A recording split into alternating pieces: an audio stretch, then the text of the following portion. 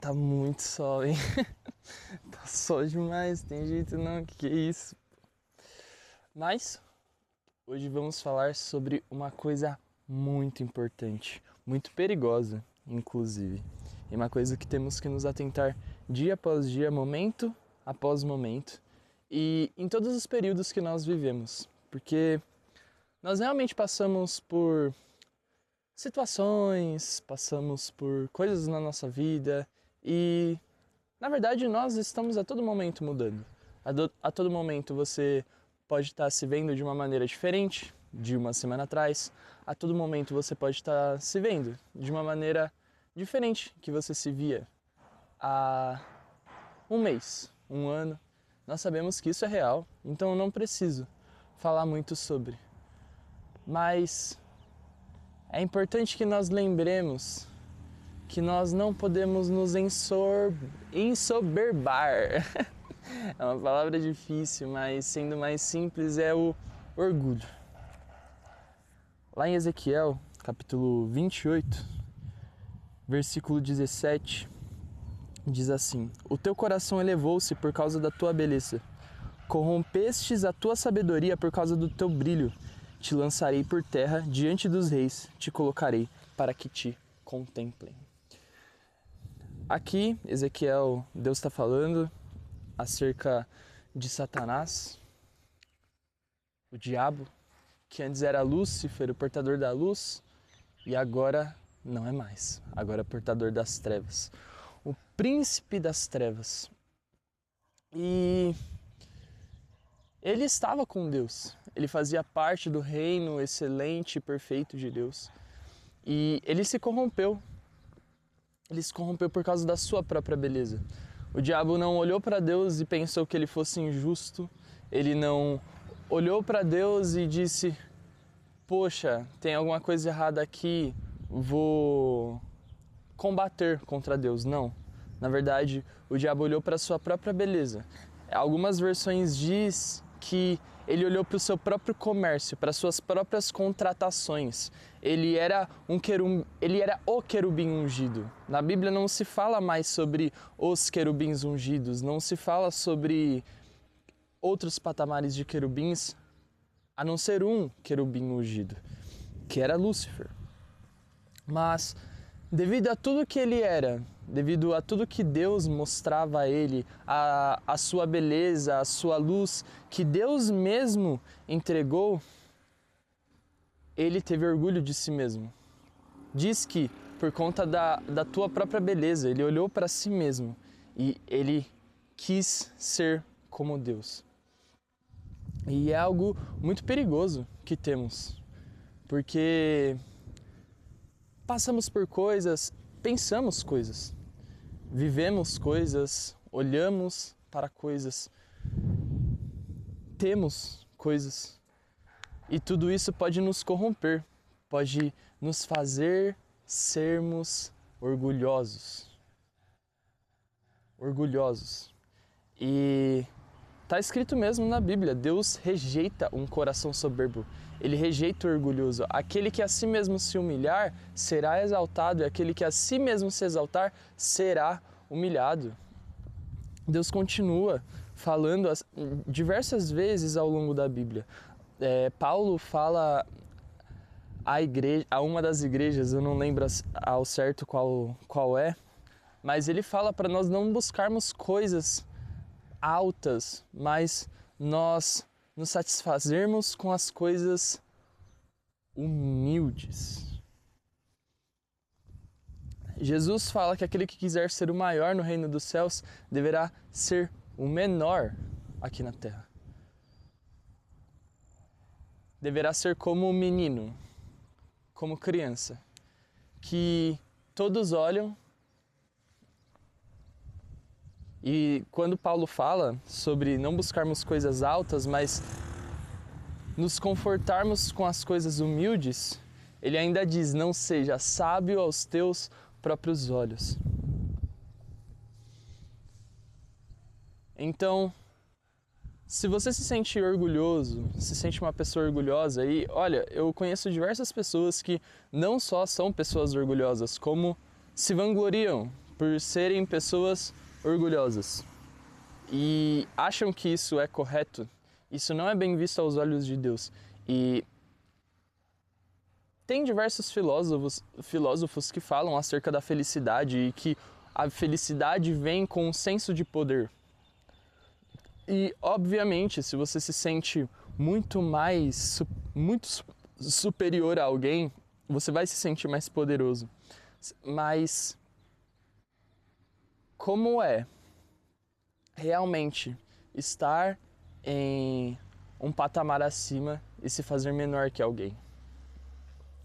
Sabe? Porque eu já conversei com diversos moradores de rua, mendigos, como você bem quiser chamar. E não é possível olharmos para eles, não é possível falarmos com eles, evangelizarmos, sem pensarmos que somos como eles. Somos filhos de Deus, somos salvos, remidos pelo sangue do Cordeiro, mas também somos pecadores. E como Ele precisa do amor de Cristo na sua vida, como Ele precisa ser restaurado nesse dia, nesse mesmo dia, eu também preciso ser restaurado, porque eu não sou melhor que Ele. A Bíblia vai falar sobre os heróis da fé, que eles eram homens como nós. Jesus vem falar que no mundo teremos aflições, mas não se preocupem, eu venci o mundo. Jesus veio como Filho de Deus e venceu o mundo. Nós, através do sacrifício de Jesus, somos filhos de Deus também. Ou seja, nós podemos vencer o mundo. Vencer o nosso orgulho. Jesus venceu o seu orgulho, porque Ele esteve diante, Ele passou por todas as coisas que nós podemos passar. Jesus passou por tudo, então Ele sabe como é, literalmente, ser o Filho de Deus, mas mesmo assim se esvaziar. Que cenário bonito, né?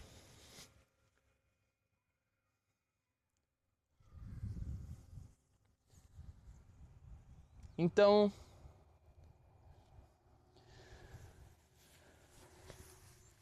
realmente, eu entendo que em alguns momentos nós nos achamos grandes, mas quando esse momento chegar, olhe para si mesmo e veja que você é pequeno. Árvores são maiores que nós. E olha, um ótimo exercício de reflexão é fechar os olhos e imaginar a grandeza de Deus. Em diversos momentos, quando eu pratico esse exercício, eu me vejo, sei lá, do tamanho do dedão de Deus. Aí eu lembro que, nossa, não, o dedão de Deus é muito grande, eu sou pequeno. Me sinto como uma formiga diante de Deus. Mas não, formigas, eu consigo ver formigas ainda e eu começo cada vez mais a diminuir. Cada vez mais a diminuir. E lembrando que todos somos homens e todos somos falhos.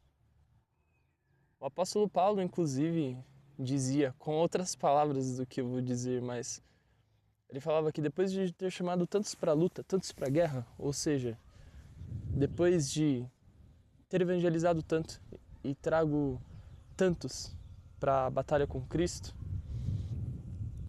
eu submeto o meu corpo, eu trato o meu corpo duramente. Eu arregaço o meu corpo. A fim de que, depois de ter chamado tantos para a guerra, eu mesmo não venha perdê-la. E, uau, como nós temos visto, né? Pastores, pregadores, apóstolos, missionários, profetas, todos orgulhosos de si mesmos, dos seus feitos. Mas não fomos chamados para isso. Não fomos chamados para isso. Fomos chamados para a liberdade. A verdadeira liberdade está em Cristo e na humildade. Porque Jesus era manso e humilde. Aprendei de mim, que sou manso e humilde. E nós fomos chamados para isso, para a mansidão e para a humildade. Eu não vou falar aqui sobre mansidão acerca de se alguém vier me assaltar, eu vou reagir, se alguém quiser me bater, eu vou entrar em uma briga. Eu não vou falar sobre nada disso nesse vídeo, mas eu vou falar sobre humildade.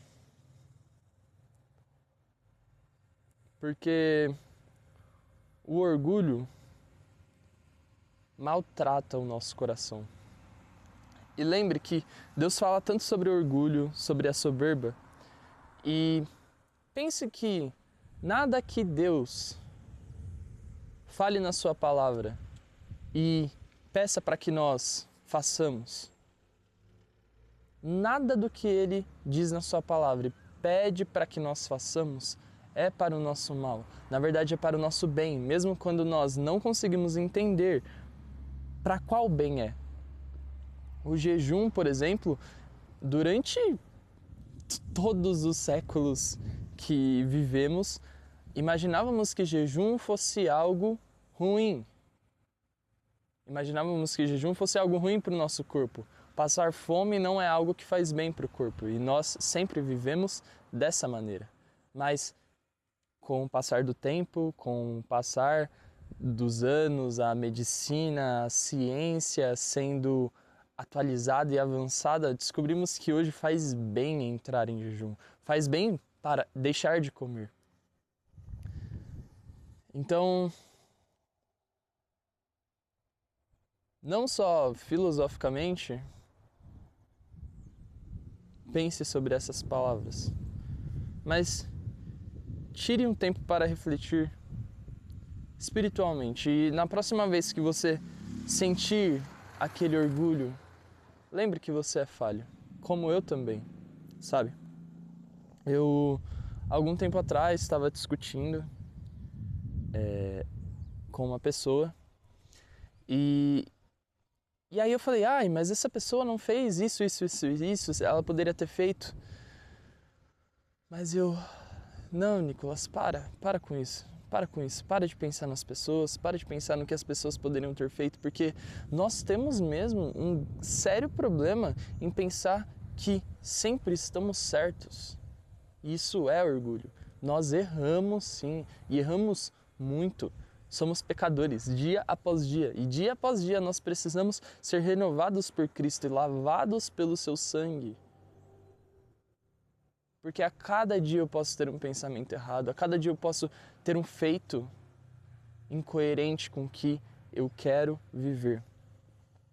E naquele momento eu olhei, mas eu poderia ter feito isso, eu poderia ter feito aquilo, eu poderia ter feito muito mais. Então,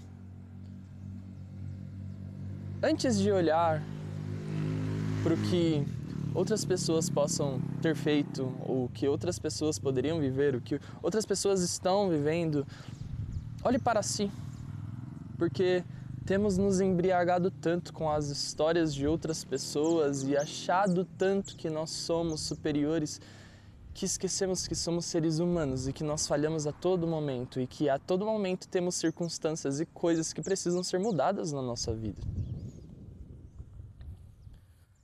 Não seja soberbo, não se ache mais que ninguém. Na verdade, Paulo, que por muitos foi considerado o maior apóstolo, dizia, eu mesmo sou o maior dos pecadores. Eu mesmo sou o maior dos pecadores. Eu mesmo sou o que mais precisa de libertação. Eu sou o que mais precisa de salvação, o que mais precisa de Cristo, porque eu sou totalmente errado, sou totalmente chulo. Meus pensamentos são incoerentes, as minhas palavras são incorretas e aquilo que bem quero fazer eu não faço. E Paulo, que foi tanto aquele exemplo de ser seguido acerca de suas palavras e como ele instruía as igrejas, ele mesmo, a cada momento, dizia coisas que nós olhávamos e dizíamos, como assim? Como assim é Paulo que está dizendo isso? Então ele dizia, o bem que eu mesmo quero fazer, eu não faço, mas o mal que eu não quero fazer, esse sim está todo dia à minha porta.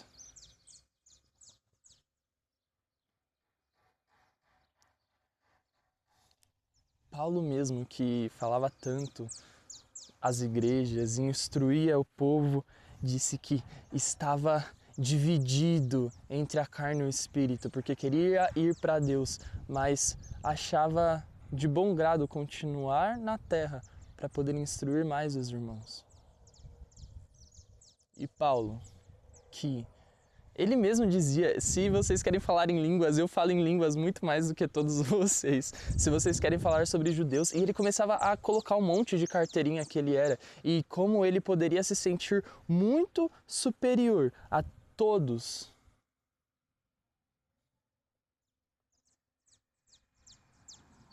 Que matava as pessoas, mas que no fim foi morto em prol do Evangelho de Cristo. E nós não fomos chamados para nós sermos grandes e para o nosso eu ser muito potente e termos muito nome e termos muitas medalhas e muito prestígio, muito valor. Jesus disse que aquele que quiser vir após ele, pegue a sua cruz, negue-se a si mesmo. Então devemos nos negar. Sabe, isso é real, porque eu comecei a olhar situações que alguém falava algo sobre mim e eu realmente discutia com a pessoa porque aquilo que alguém vai pensar sobre mim faz diferença, mas que diferença faz? Teve um momento que eu estava me sentindo muito amado por Deus. E na verdade eu estava me sentindo amado demais. Eu estava achando que eu tinha muito privilégio com Deus e que Deus me amava muito mais do que todos. Então Deus disse, ó, tu, tu te acalma, rapaz. Porque eu te amo sim, verdadeiramente, mas eu não te amo mais que ninguém. Deus te ama sim, absurdamente, um amor incomparável com o amor que qualquer pessoa pode sentir por você, mas Ele não te ama mais do que as outras pessoas. E aquilo onde Ele vai o lugar onde Ele vai te colocar, palavras que Ele vai colocar em sua boca, são palavras de prestígio sim, mas elas não vão te fazer maior do que nenhuma outra pessoa. E, sinceramente, Nietzsche falou que a felicidade está em sentir poder, mas